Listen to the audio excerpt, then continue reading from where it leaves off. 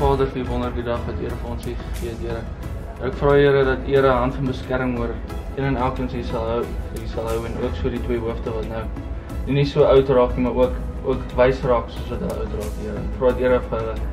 Ek bly die bloed van Jesus Christus oor een en elkeen van hulle. Ek bid dit vir die man nie naam alleen. Amen.